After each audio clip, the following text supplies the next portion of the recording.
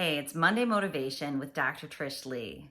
This week, I want you to remember that the greatest gift that you can give yourself is to tap into your purpose in your work, in your play, and in your relationships. Break the habits that are keeping you down.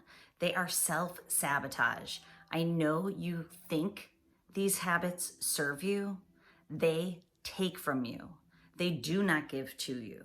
It is time to become the best version of yourself by unwiring the patterns that keep you going back for more calming and stimulation, and rewire your brain so that it can be calm and focused and present and tap into the joy in the real world, in your real life. You don't need to keep going back to a screen. The joy is here for you in the world. I want that for you. So this week, stay the course. Tap into your purpose so that you're moving forward and you're anchored in. Pivot when you need to pivot. Run, don't walk when you need to pivot. And stay true to the purpose that you want to create, reaching your full potential and transforming your life. You can do this. I'm here for you. Okay, so rock it out this week. And remember, control your brain or it'll control you.